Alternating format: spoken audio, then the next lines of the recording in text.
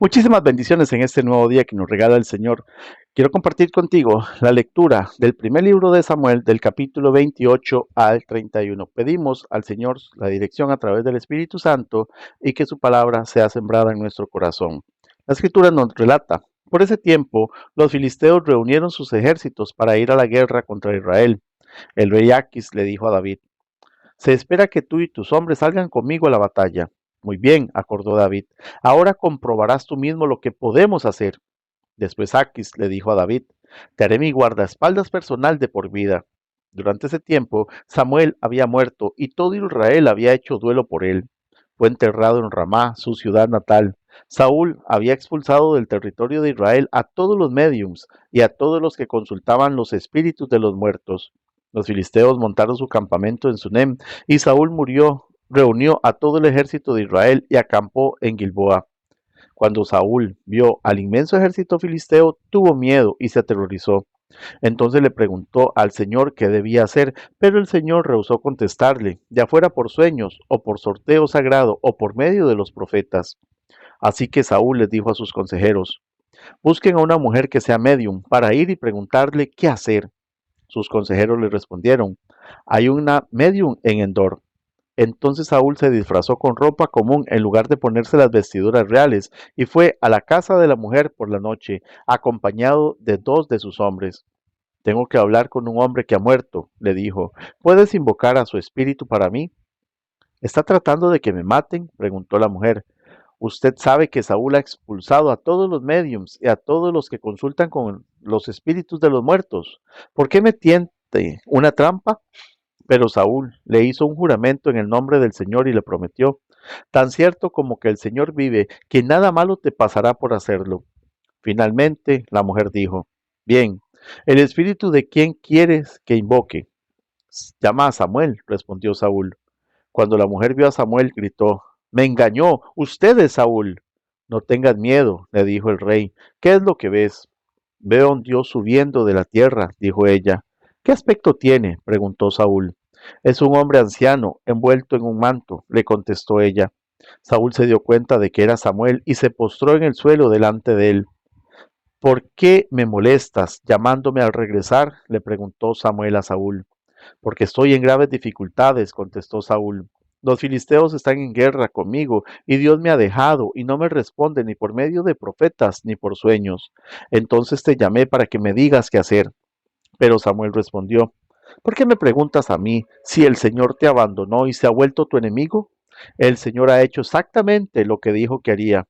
Te ha arrancado del reino y se lo dio a tu rival David. Hoy el Señor te ha hecho esto porque rehusaste llevar a cabo su ira feroz contra los amalecitas. Además, el Señor te entregará a ti y al ejército de Israel en manos de los filisteos, y mañana tú y tus hijos estarán aquí conmigo. El Señor derribará al ejército de Israel y caerá derrotado.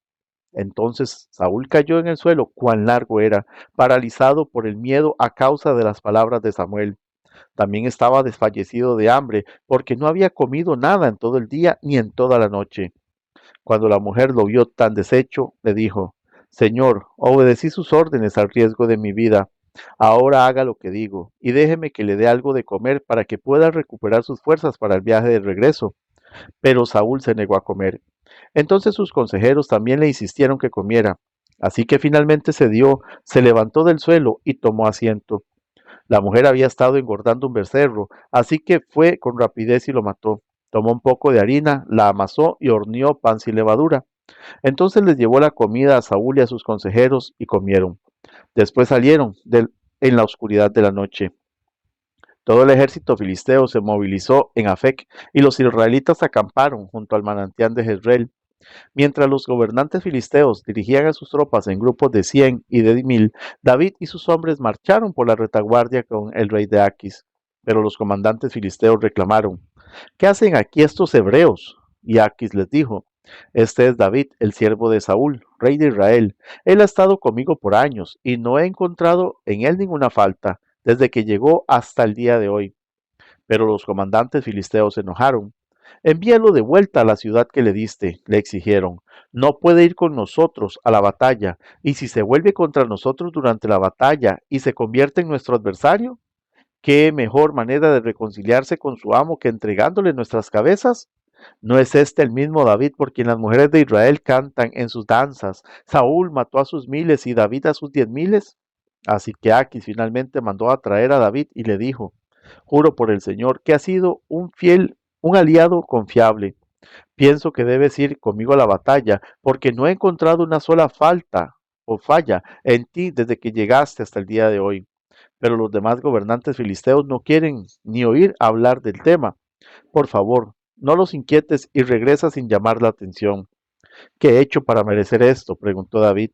¿Qué han encontrado en su siervo para que no pueda ir y pelear contra los enemigos de mi señor el rey? Pero Aquis insistió: En lo que a mí respecta, eres tan perfecto como un ángel de Dios, pero los comandantes filisteos tienen miedo e insisten en que no los acompañen a la batalla. Ahora, levántate temprano en la mañana y vete con tus hombres en cuanto amanezca. Entonces David y sus hombres regresaron a la tierra de los filisteos, mientras que el ejército filisteo avanzó hasta Jezreel. 3 días después, cuando David y sus hombres llegaron a su casa en la ciudad de Siclac, encontraron que los amalecitas habían asaltado el Negev y Siclac. Habían destruido a Siclac y la habían quemado hasta reducir las cenizas. Se habían llevado a las mujeres y a los niños y a todos los demás, pero sin matar a nadie. Cuando David y sus hombres vieron las ruinas y se dieron cuenta de lo que les había sucedido a sus familias, lloraron a más no poder.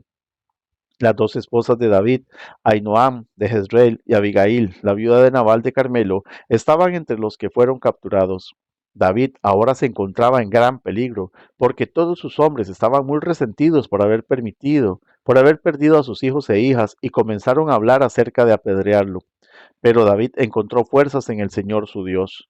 Entonces le dijo a Abiatar el sacerdote: tráeme el efod. Así que Abiatar lo trajo, y David le preguntó al Señor: ¿Debo perseguir a esta banda de saqueadores? ¿Los atraparé? Y el Señor le dijo: Sí, persíguelos, recuperarás todo lo que te han quitado. De modo que David y sus 600 hombres salieron y llegaron al arroyo de Besor. Pero 200 de ellos estaban demasiado cansados para cruzar el arroyo, por lo que David continuó la persecución con 400 hombres. En el camino encontraron a un egipcio en un campo y lo llevaron a David. Le dieron pan para comer y agua para beber. También le dieron parte de un pastel de higos y 2 racimos de pasas, porque no había comido ni bebido nada durante 3 días y 3 noches. Al poco tiempo recobró sus fuerzas. ¿A quién le perteneces y de dónde vienes?, le preguntó David. Soy egipcio, esclavo de un amalecita, respondió. Mi amo me abandonó hace 3 días porque yo estaba enfermo. Regresábamos de asaltar a los cereteos en el Negev, el territorio de Judá y la tierra de Caleb, y acabamos de incendiar Siclac. ¿Me guiarás a esa banda de saqueadores?, preguntó David. El joven contestó: Si haces un juramento en el nombre de Dios que no me matarás ni me devolverás a mi amo, entonces te guiaré a ellos. Así que siguió a David hasta los amalecitas. Así que guió a David hasta los amalecitas, y los encontraron dispersos por los campos, comiendo, bebiendo y bailando con alegría por el enorme botín que habían tomado de los filisteos y de la tierra de Judá. Entonces David y sus hombres se lanzaron contra ellos y los mataron durante toda la noche y durante todo el día siguiente hasta la tarde. Ninguno de los amalecitas escapó, excepto 400 jóvenes que huyeron en camellos. Así que David recuperó todo lo que los amalecitas habían tomado y rescató a sus 2 esposas.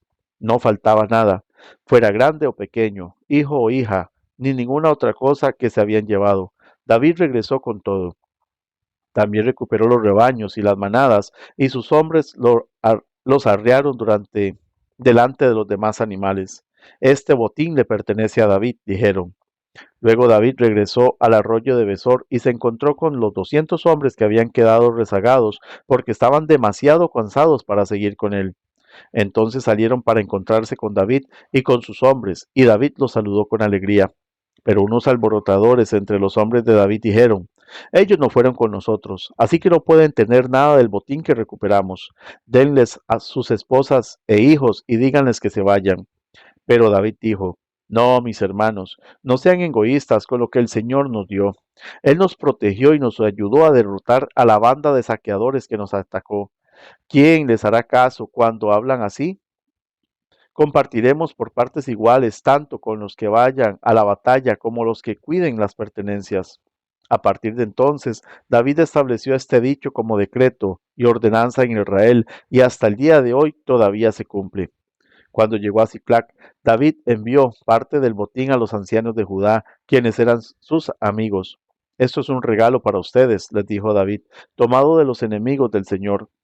Los regalos fueron enviados a la gente de las siguientes ciudades que David había visitado: Betel, Ramot Negev y Hatir, Aroer, Sibmot, Estemoa, Racal, las ciudades de Jerameel, las ciudades de los Eneos, Orma, Corazán, Atac, Hebrón, y a todos los demás lugares que David había visitado con sus hombres.